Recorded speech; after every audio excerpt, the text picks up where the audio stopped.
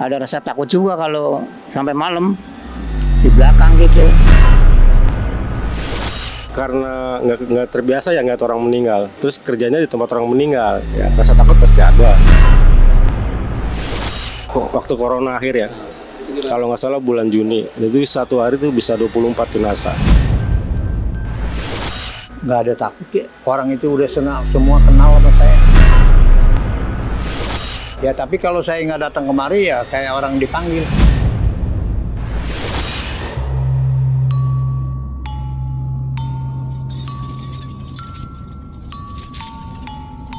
Ini sungguh ganjil. Membayangkannya pun mengerikan, sebab setiap hari harus membakar orang. Tapi itulah yang dilakukan para pekerja di Krematorium Dadap, Tangerang. Meski awalnya takut dan merasa aneh, tapi lama-lama menjadi terbiasa. Apalagi semua arwah yang tubuhnya telah disempurnakan di api pembakaran, seperti sudah saling mengenal. Bayangan-bayangan seram atau aura metafisika memang tidak bisa hilang, tapi dimaknai sebagai sesuatu yang biasa-biasa saja. Lantas, benarkah ada pekerja yang merasa dipanggil-panggil suara misterius jika tidak datang ke krematorium? Lalu, pengalaman apa yang paling menyeramkan saat membakar jenazah? Jangan dulu berlalu, masih akan banyak keganjilan yang terjadi di sini. Dan jangan lupa subscribe, like, komen, dan share, agar tak ada yang terasa ganjil di sekitar Anda.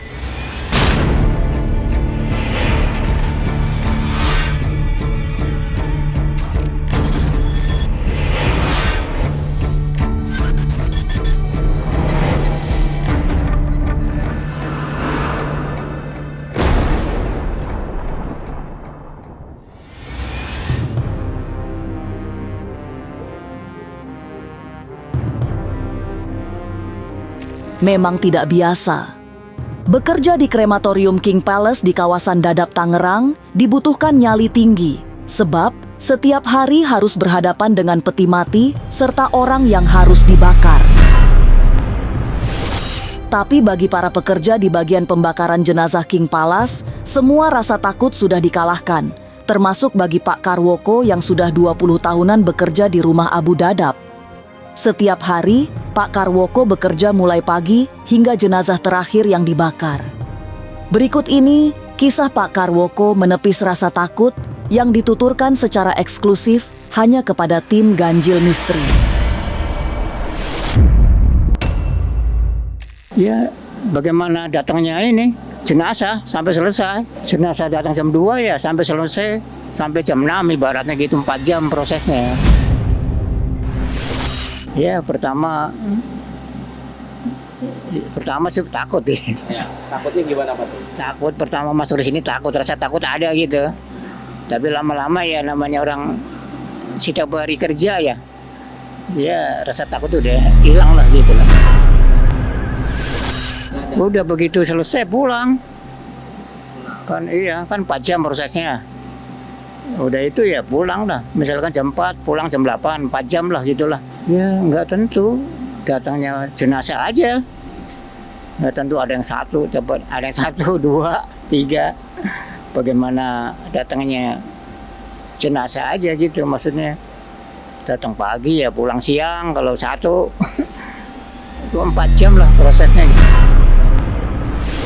Memang, ada tempat-tempat yang memiliki aura tidak biasa di lokasi pembakaran jenazah King Palace, apalagi di area belakang yang merupakan bangunan paling tua.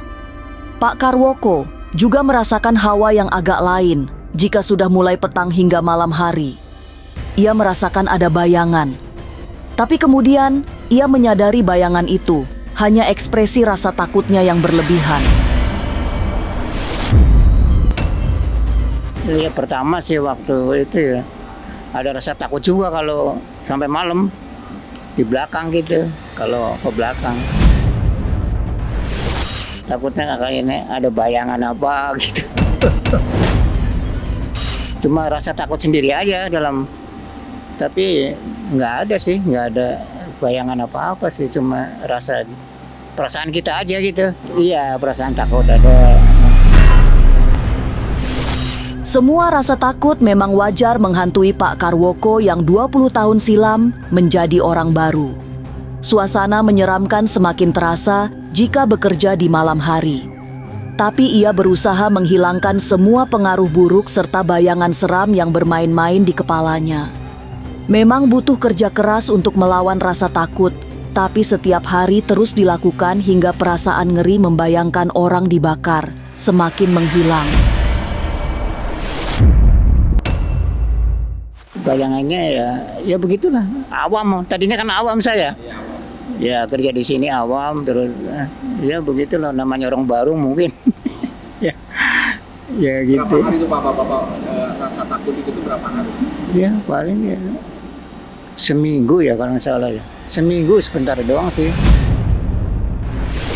Kita lawan lah sama rasa takut itu.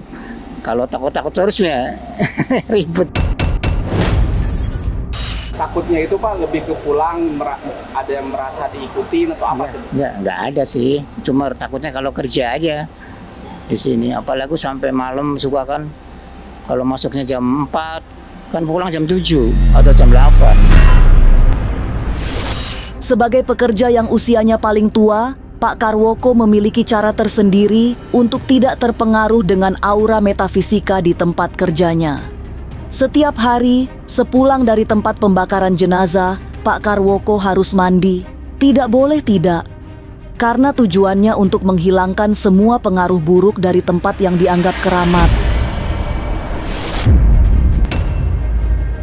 Iya, pulang dari sini ya langsung dah. Langsung mandi saya emang kalau. Langsung mandi, terus ya udah. Ya istirahat lah. Ini tuh di Tangerang paling tua tempat ini. Oh iya. Oh, di Tangerang kalau nggak salah iya. Serasa iya ini nih. Sabar Agung. Paling lama, paling tua. Tapi benarkah menjadi pembakar jenazah harus berdamai dengan rasa takut?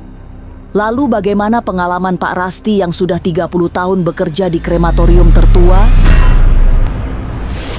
Jangan kemana-mana, tetap subscribe, like, share, dan komen. Agar tak ada yang terasa ganjil di sekitar Anda.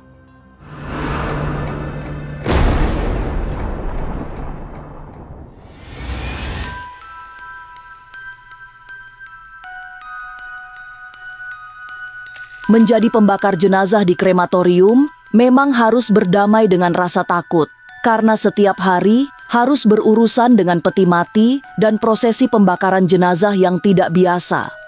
Bagi orang awam, pekerjaan ini terasa menyeramkan, tapi buat Pak Rasti sudah tidak ada yang aneh. Sudah bekerja selama 30 tahun, Pak Rasti seperti telah berkawan dengan para penghuni gaib di tempat itu. Rasa takut juga sudah hilang sama sekali. Ya awalnya sih ya kaget juga, cuman kan karena faktor ekonomi ya, kebutuhan. Ya akhirnya kita jalanin sesuai ya kerjaan kita. Ya rasa takut sih pasti ada awal-awalnya, cuman kan cuman beberapa hari doang. Setelah itu ya terbiasa aja. Takutnya gimana sih Pak? Lebih ke gimana Pak? Ya jujur aja sih waktu itu saya karena nggak terbiasa ya ngeliat orang meninggal gitu. Terus kerjanya di tempat orang meninggal, ya rasa takut pasti ada. Lalu apa saja suka dukanya bekerja di tempat pembakaran jenazah?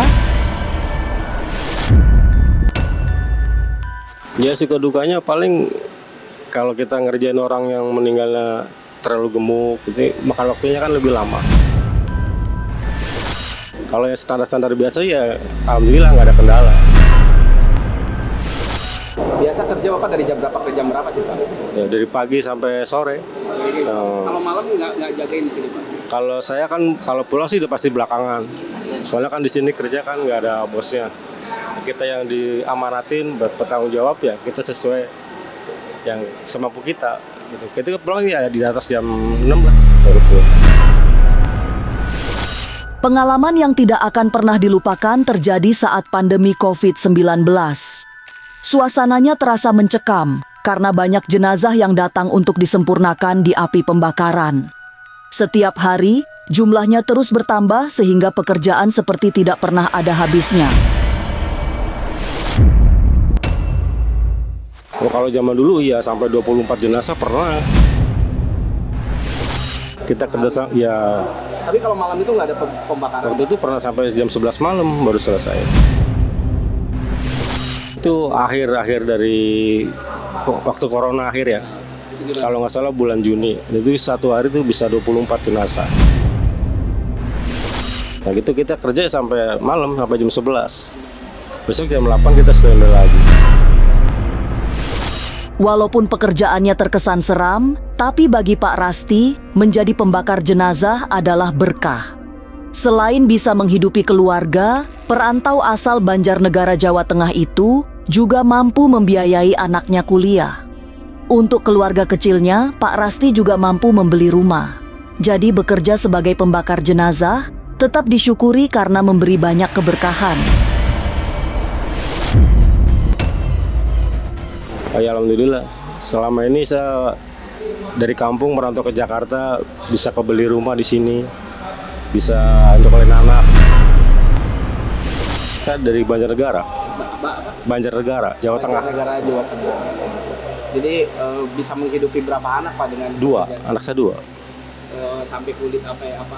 Kalau yang satu kuliah, yang pertama, yang kedua enggak. Saya dari anak pertama masih merah, baru 40 hari. Lalu bagaimana pengalaman Pak Pamomo yang sudah sejak awal krematorium dibangun, sudah bekerja? Benarkah selalu ada yang memanggil-manggil jika tidak datang ke krematorium? Jangan kemana-mana, tetap subscribe, like, share, dan komen, agar tak ada yang terasa ganjil di sekitar Anda.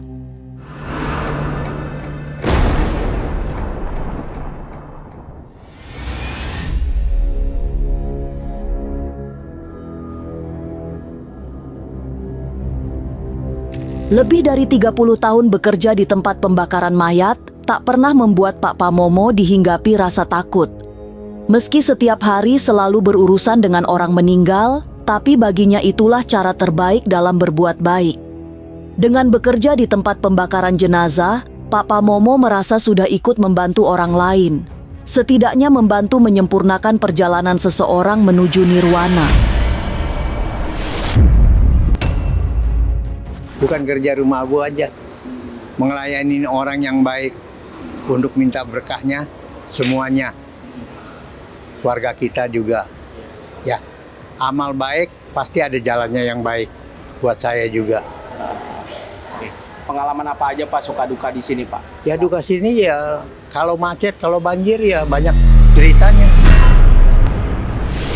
Banyak kisah yang sudah dialami Pak Pamomo selama 30 tahun lebih menjadi pembakar jenazah di krematorium. Mulai dari cerita yang lucu, seram, hingga yang menyedihkan. Salah satu yang menyedihkan terjadi jika banjir besar datang. Setiap tahun, krematorium di kawasan Dadap itu memang selalu kebanjiran. Bukan cuma karena curah hujan, tapi juga lokasinya yang dekat dengan laut. Ceritanya ya kebanjiran. Ini Jalan sampai banjir Pak? sampai banjir. Sampai apa segimana Pak waktu itu? Ya setengah meter lah. Ya, tiap tahun ya cuci ubin. Dari 84 itu udah ceritanya. Bukan baru ini. Dan memang ini dekat laut Pak ya? Iya. Yang aneh-aneh nggak ada. Ya cukup lumayan. Ya buat kita orang semuanya. Ya amal baik di sini kerja ya cukup. Buat keluarga kita juga cukup. Selain tak pernah punya rasa takut, Pak Pamomo juga memiliki hubungan yang baik dengan arwah yang diabukan di tempat tersebut. Hubungan spiritual dengan krematorium King Palace juga sudah sangat kuat, sehingga setiap hari harus datang bekerja. Memang terasa aneh jika Pak Pamomo tidak datang, sebab seperti ada suara misterius yang memanggil-manggil untuk datang ke krematorium. Jika sudah seperti itu, tidak ada pilihan lain kecuali segera bergegas ke King Palace. Nggak ada takut ya. Orang itu udah semua kenal sama saya. Ya tapi kalau saya nggak datang kemari ya kayak orang dipanggil.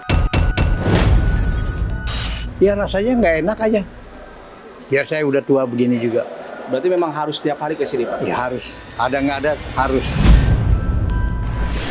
Iya harus. Perasaan saya ya harus. Rasa saya ya harus kemari. Ada yang masa memanggil gitu, Pak? Iya. Perasaan nggak enak. Ya ada yang memanggil warga sini. Sebagai pekerja yang paling senior, Pak Pamomo memang sudah sangat mengenal krematorium di Dadap yang menjadi tertua di Tangerang.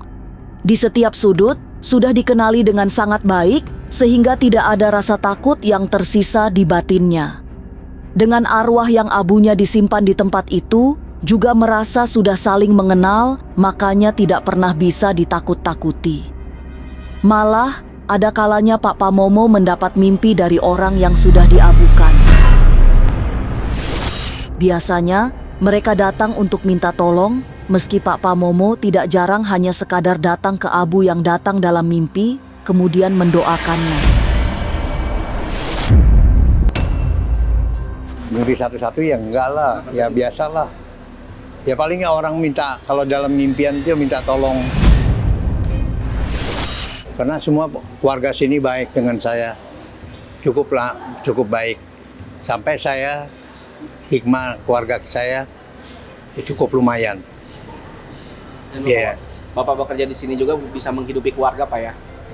Ya, saya kerja di sini dari tahun 2000 bulan 9 baru dapat ekonomi dari yayasan. Tapi berkah ada aja jalannya. Anak saya bisa jadi sarjana 4. Ya, itu jalannya. Jalan hidup manusia hidup. Jangan mengeluh.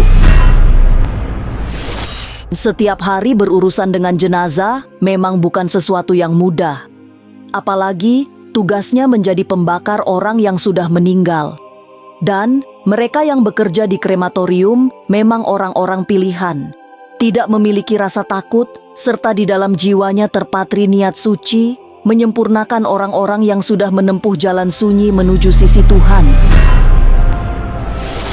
Inilah ganjil yang akan menguak berbagai misteri di alam nyata dan tak kasat mata. Sampai jumpa pada episode selanjutnya dengan kisah-kisah ganjil.